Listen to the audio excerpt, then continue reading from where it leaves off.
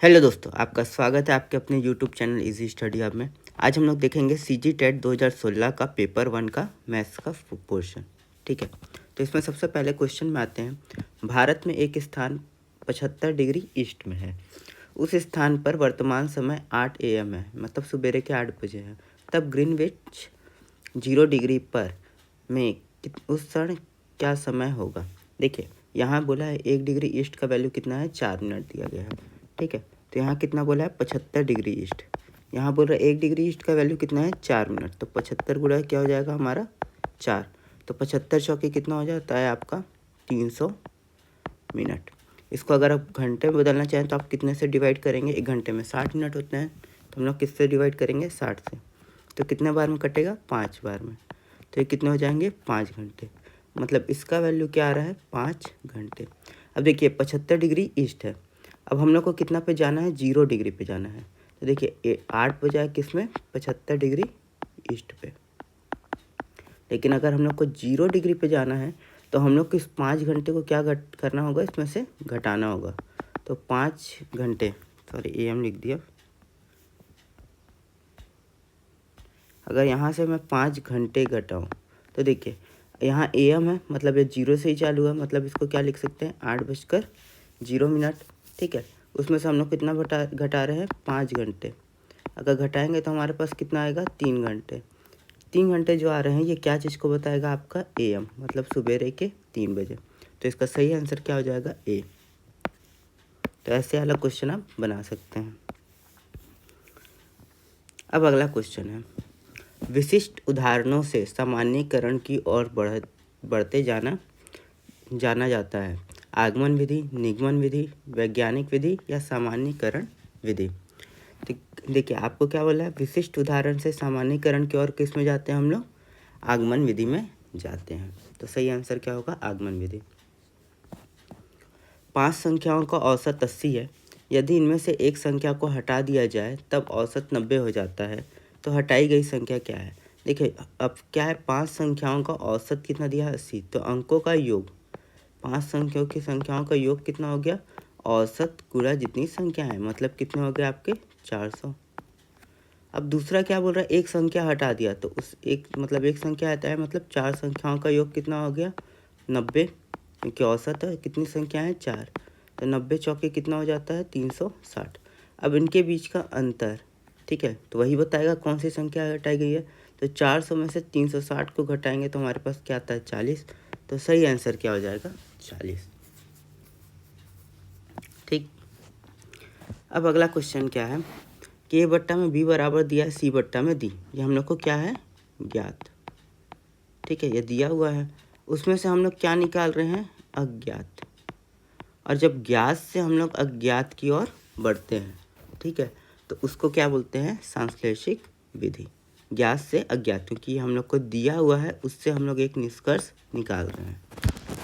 ठीक, अब अगले क्वेश्चन में आते हैं। निम्नलिखित में से किस क्षेत्रफल को प्रायः सभी समतल सतहों के क्षेत्रफल ज्ञात करने के लिए उपयोग किया जा सकता है। तो किस को ज्ञात किया जा सकता है, तो इसमें देखिए ऑप्शन क्या है, त्रिभुज का क्षेत्रफल, आयत का, समांतर चतुर्भुज का और वृत्त से घिरे क्षेत्रफल का। ठीक है, तो इसमें आपका सही क्या होगा, त्रिभुज का क्षेत्रफल। कैसे, जैसे अगर आप एक आयत लेते हैं तो यहाँ भी देखिए 2 त्रिभुज में बट सकता है। ठीक है, और ये दोनों त्रिभुज के क्षेत्रफल से आप क्या ज्ञात कर सकते हैं, आयत का क्षेत्रफल। ऐसे समांतर चतुर्भुज ले लें तो यहाँ भी आपको ये 2 त्रिभुज में बढ़ जाता है, यहाँ से भी आप ज्ञात कर सकते हैं। और वृत्त को ले लें तो आप वृत्त में पढ़े होंगे त्रिज्य खंड करके, ये ऐसे ऐसे बन जाता है। यहाँ से देखेंगे तो यहाँ से हम लोग एक क्या निकाल देते हैं, त्रिभुज निकाल देते हैं और उससे भी क्षेत्रफल निकाल सकते हैं। तो सही आंसर क्या होगा, त्रिभुज का क्षेत्रफल। अब गणित के पाठ्यचर्या का मुख्य गुण है, कौन सा गुण मुख्य है, महत्वाकांक्षी, सुसंगत, महत्वपूर्ण गणित सीखना या उपरोक्त सभी। तो इसका सही आंसर क्या हो जाएगा, उपरोक्त सभी। अगला क्वेश्चन है, 16 मजदूर एक काम को 10 दिनों में पूरा करते हैं, तब 20 मजदूर उसी काम को कितने दिनों में पूरा करेंगे। तो देखिए बहुत आसान से बनता है, 16 मजदूर हैं, कितने दिन में पूरा कर रहे हैं, 10 दिन में। तो 20 मजदूर कितने दिन में पूरा करेंगे, हम लोग मान लेते हैं x, मिनट। ठीक, अब यहाँ से हम लोग क्या कर सकते हैं, यहाँ से हम लोग x का वैल्यू निकाल सकते हैं। x का वैल्यू कैसे निकालेंगे, 16 × 10/20। ये कटेगा 2 बार में, ये कटा कितने बार में, 8 बार में। तो हमारा कितना आया आंसर, 8। तो कितना दिन आंसर आएगा आप लोग का, 8 दिन में। ठीक, यहाँ तक में मेरे ख्याल से कोई दिक्कत नहीं होगा आपको।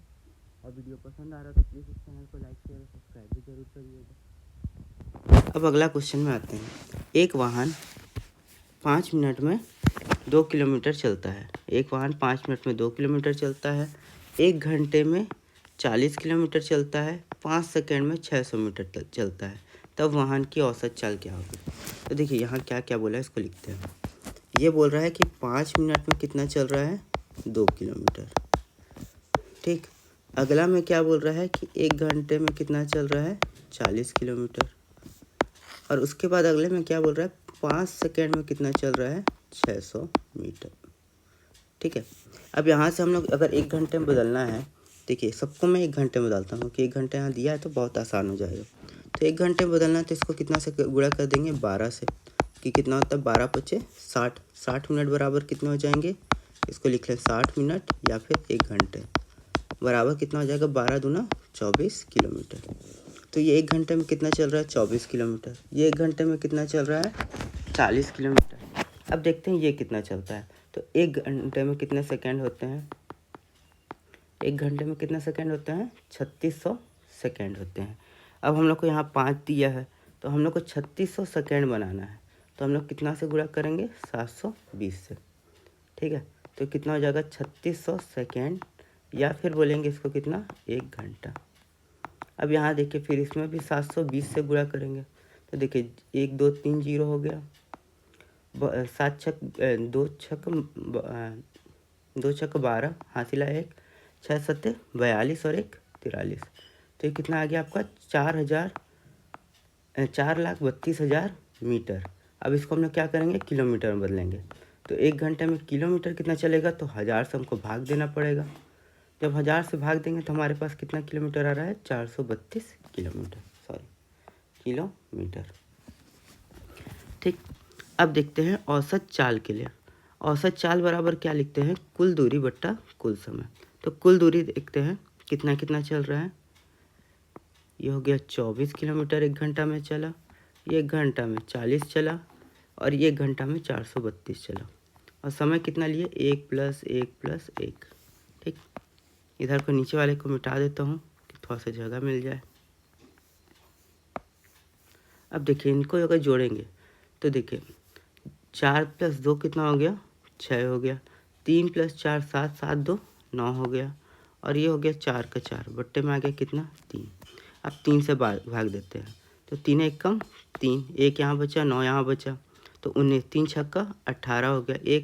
एक यहाँ बचा, 6 यहाँ बचा, ये हो गया 5। फिर दशमलव कितना आ गया, 3 3। तो आपका कितना किलोमीटर प्रति घंटा हो जा रहा है, 165.33 किलोमीटर प्रति घंटा। ये थोड़ा सा लंबा क्वेश्चन है, वास्ट क्वेश्चन है, थोड़ा सा टाइम टेकिंग क्वेश्चन है। ठीक है, लेकिन इसको आप जितना जल्दी बनाएंगे उतना फ़ायदा रहेगा। अब अगले क्वेश्चन में चलते हैं। वर्तमान पाठ्यचर्या के दोष हैं। अब इसमें पूछा कि दोष क्या है। पाठ्य पुस्तक केंद्रित है, पुस्तकों में सहसंबंध का अभाव है, लचीलेपन का अभाव है, कि उपरोक्त सभी। तो ये क्या है, चारों चीज़ का दोष है, तो उपरोक्त सभी। इसके बाद आते हैं राष्ट्रीय पाठ्यचर्या के रूपरेखा NCF 2005 के अधिगम के रचनावादी उपागम पर बल देती है, क्योंकि वह खाली स्थान पर केंद्रित है। परिभाषा और सूत्रों को याद करने पर, नियमित गृह कार्य जमा कराने पर, गतिविधियों में शामिल करते हुए शिक्षार्थियों की सक्रिय भागीदारी पर, कि शिक्षक द्वारा प्रभावी व्याख्यान अनुदेशन। तो एक परिभाषा और सूत्र के लिए बात नहीं करता है, नियमित गृह कार्य के लिए भी बात नहीं करता है, शिक्षक के प्रभावी व्याख्यान और अनुदेशन के लिए बात नहीं करता है। ये क्या बोलता है कि गतिविधियों में शामिल करते हुए शिक्षार्थियों की सक्रिय भागीदारी। अब अगले क्वेश्चन में आते हैं। यहाँ बोला इसका सनिकट मान ज्ञात कीजिए। कितना बोला है, सनिकट मान। तो हम लोग देखिए अगर ये कोष्टक में अंडर रूट में, तो सबसे पहले अंडर रूट जो पहले वाला है उसको सॉल्व करते हैं। 1 + 5/4, इसको सॉल्व करेंगे तो क्या हो जाएगा आपका, 4 क्या हो गया, LCM हो गया। ठीक है, अब यहाँ से क्या हो जाएगा 4+5, क्योंकि 1 चौके 4 हो गया, तो हमारे पास कितना आ गया 9/4। जब आप इसको निकालेंगे तो कितना हो जाएगा, 9 का अंडर रूट कितना हो जाता है 3, 4 का कितना हो जाता है 2। ये आ गया आपका इस वाले का वैल्यू 3/2। अब उससे आगे भी है, तो 1 + 3/2, ठीक है। अब 1 + 3/2 करेंगे तो आपका कितना आ जाएगा 2 + 3/2, या फिर क्या करेंगे अंडर रूट 5/2। जब आप इसको पूरा तरीके से सॉल्व करेंगे तो आपका आंसर क्या आएगा 1.581। तो सही आंसर क्या होगा 1.581। अगर ऐसे भी नहीं होगा तो आपको अगर अंडर रूट 5 का वैल्यू पता होगा कि 2.4 के आसपास होता है, अंडर रूट 2 का वैल्यू 1.4 के आसपास होता है, तो आप ऐसे भी निकाल सकते हैं कि लगभग आपको अंदाज़ा मिल जाएगा। निम्नलिखित में से कौन सी परिमेय संख्या है, अपरिमेय है सॉरी। तो अपरिमेय क्या होता है, जो p/q के फॉर्म में नहीं लिखा जा सकता। तो देखिए हम लोग जो अपरिमेय का बात कर रहे हैं तो उसमें एक और चीज़ होता है, जो अंडर रूट की संख्याएं होंगी, जो अंडर रूट में कुछ भी हो वो भी अपरिमेय हो जाएगा, ठीक है। तो देखिए अंडर रूट ये जो दिया 3.3333, इसको तो हम लोग परिमेय मानेंगे, क्योंकि इसको हम लोग क्या कर सकते हैं, रिपीटेड नंबर है, मतलब इसको 10/3 भी लिखेंगे तो ये आंसर यही आएगा।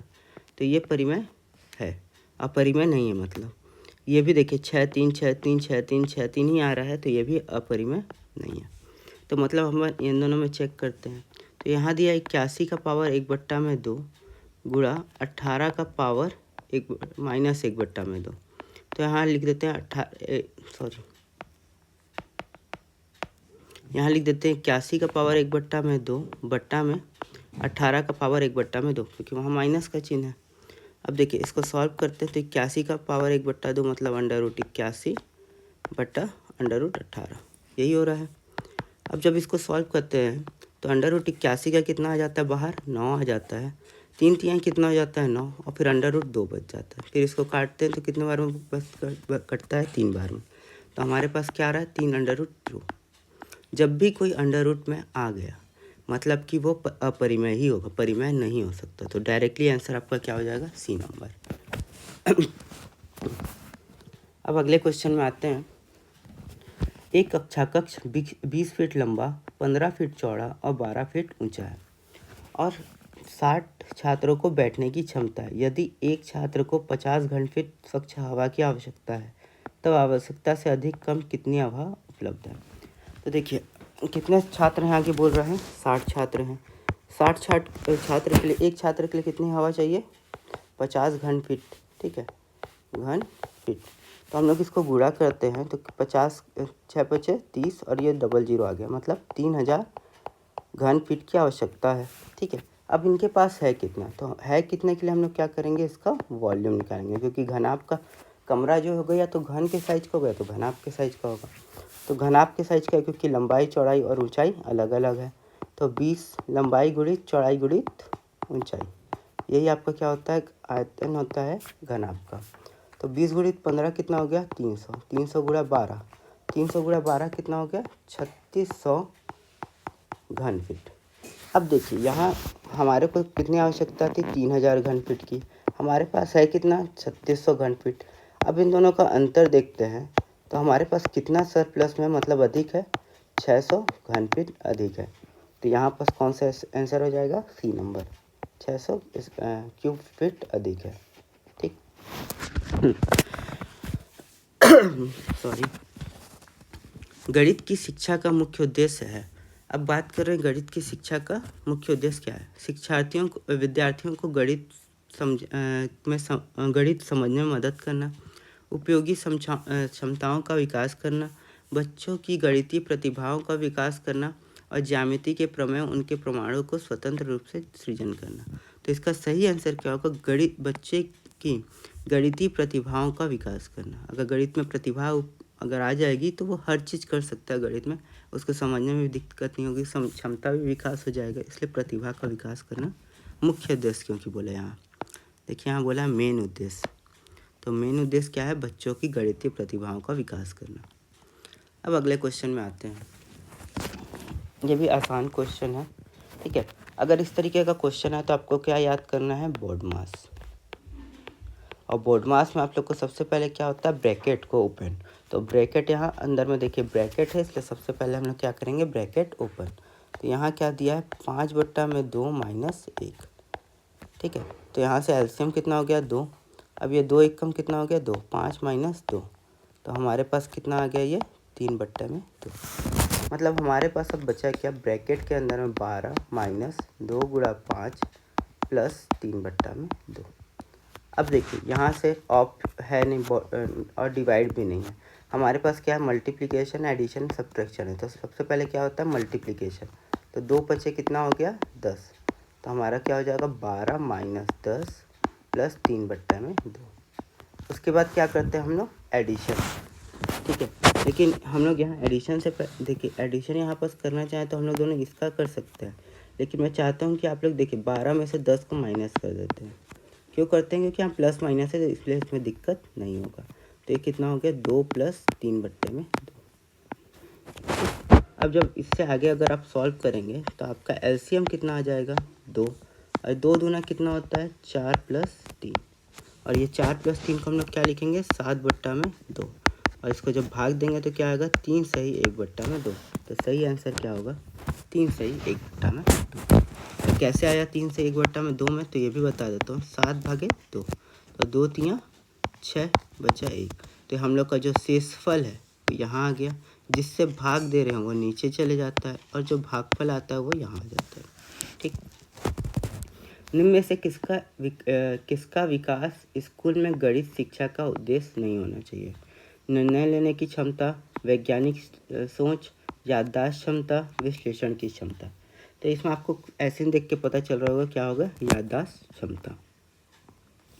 सूचना के सभी अंशों को एक साथ रखना तथा ज्ञात से अज्ञात की ओर बढ़ना कहलाता है विश्लेषण विधि, संश्लेषिक विधि, आगमन विधि, निगमन विधि। तो अभी हम लोग पढ़े थे ज्ञात से अज्ञात की ओर, हम लोग किस में जा रहे थे, संश्लेषिक विधि में, ठीक।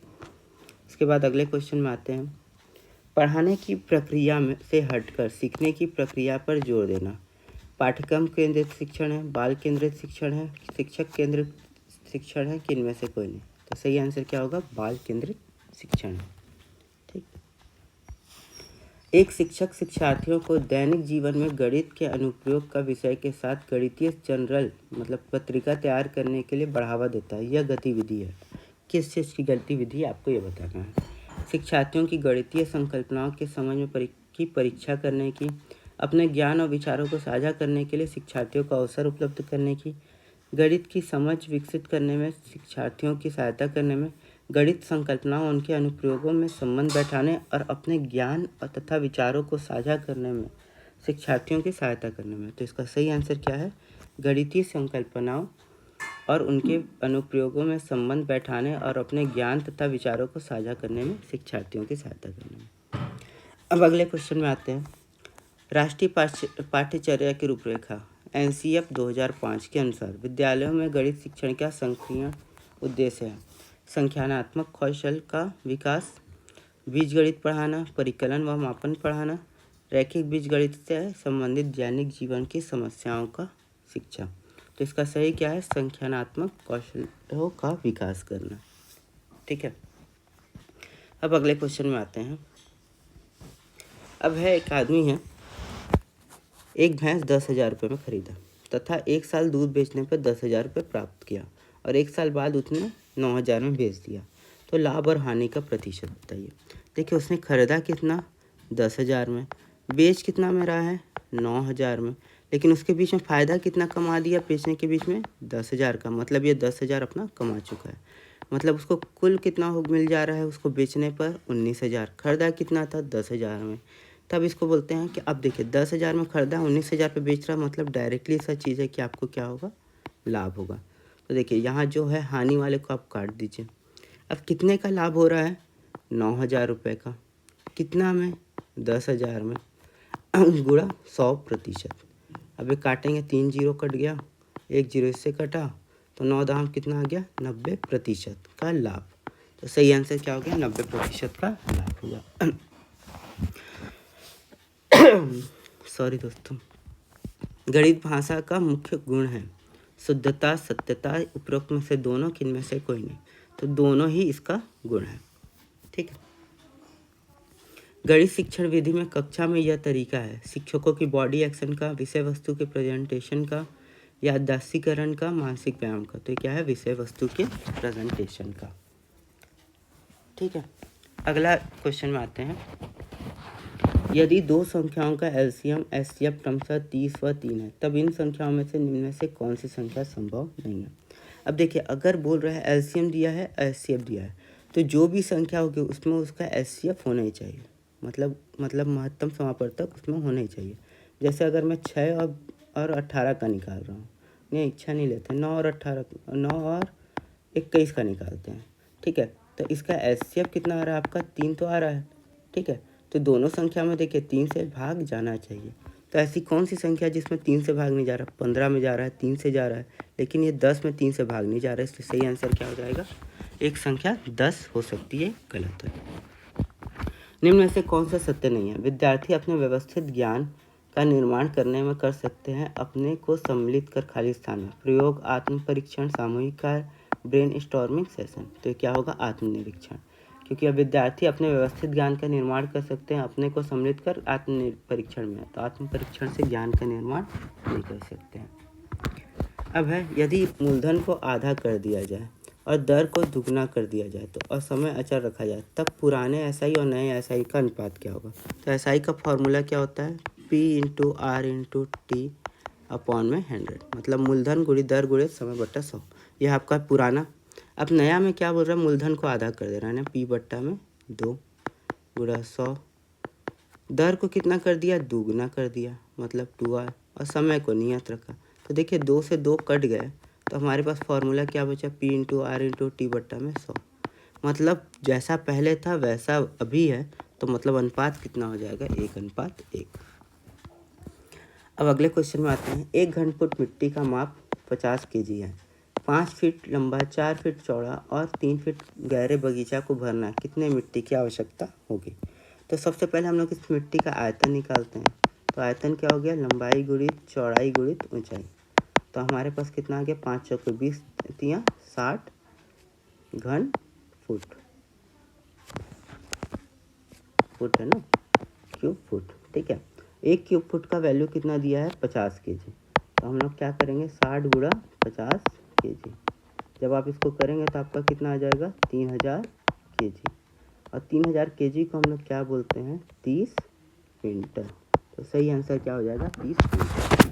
दोस्तों, वीडियो पसंद आ रहा है तो प्लीज़ चैनल को लाइक शेयर और सब्सक्राइब जरूर करिएगा। गणितीय विचार में निम्न क्रम में विकसित किए जा सकते हैं: अनुभव, प्रतीक, चित्त और भाषा। तो देखिए, इसके लिए सबसे पहला क्या होता है? सबसे पहले हम लोग को अनुभव होता है। ठीक। अनुभव के बाद हम लोग किस में जाते हैं? दूसरे में, भाषा में। पहला अनुभव, दूसरा भाषा। तो देखिए, पहला अनुभव दूसरा भाषा इसमें नहीं है, इसमें भी नहीं है। तो सबसे देखिए, आप यहीं से आप बना सकते थे कि आंसर क्या हो जाएगा? डी। और तीसरा में क्या हम लोग जाते हैं? चित्र पे। और चौथे में क्या जाते हैं हम लोग? प्रतीक पे। तो आपको शुरू का ही 2 मिल जाता तो आपका आंसर मिल जाता। यदि एक संख्या का 60.25% 964 है, तब वह संख्या है।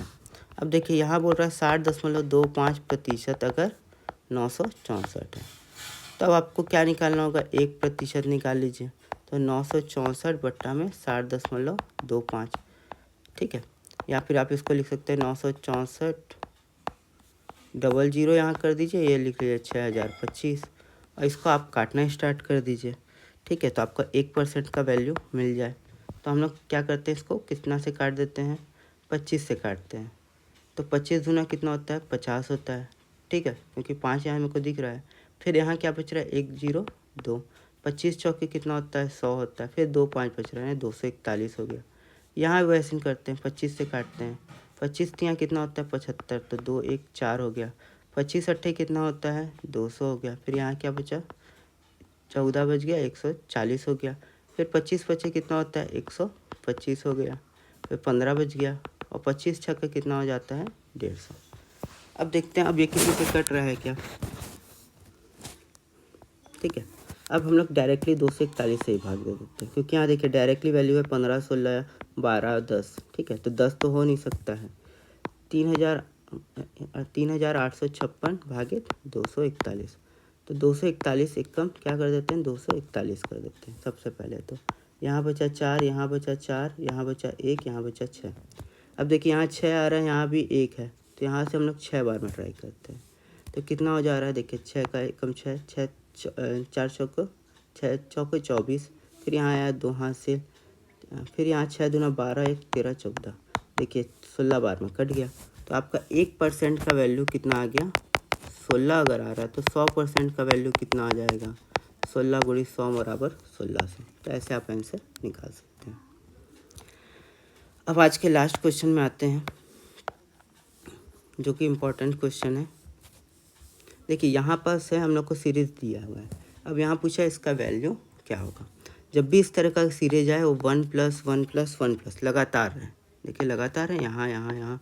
तो हम लोग क्या करते हैं, जो सबसे पहले 1 है और ये 2 है, इसको लिख लेते हैं। और ये कितने बार आ रहा है, 1 2 3, 1 2 3, ऐसे बना लेते हैं। ठीक, अब क्या करते हैं, आगे पीछे की संख्याओं को जोड़ते हैं। मतलब 2 + 1 कितना हो गया, 3 हो गया। अब ये दोनों को जोड़ेंगे, 3 + 2 कितना हो गया, 5। अब इन दोनों को जोड़ेंगे, 5 + 3 कितना हो गया, 8। तो हमारे पास क्या आ गया, 8 5 3 2 1। ठीक है, ये सीरीज आई। अब इसमें बोल रहा है, देखिए यहाँ 1 प्लस दिया है, जब भी प्लस दे दिया तो हम लोग को क्या करना है, सबसे पहले ये वाली संख्याओं को लिखना है, 8 को, और सेकेंड में किसको लिखना है, 5 को।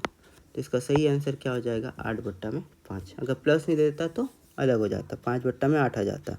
सेकेंड को पहले लिखते, फर्स्ट को बाद में लिखते, यहाँ लेकिन प्लस दे दिया है, इसलिए आंसर क्या होगा, 8/5। तो आपको कैसा लगा वीडियो बताइएगा कमेंट्स में, और प्लीज़ इस चैनल को लाइक शेयर और सब्सक्राइब जरूर करिएगा। Thank you.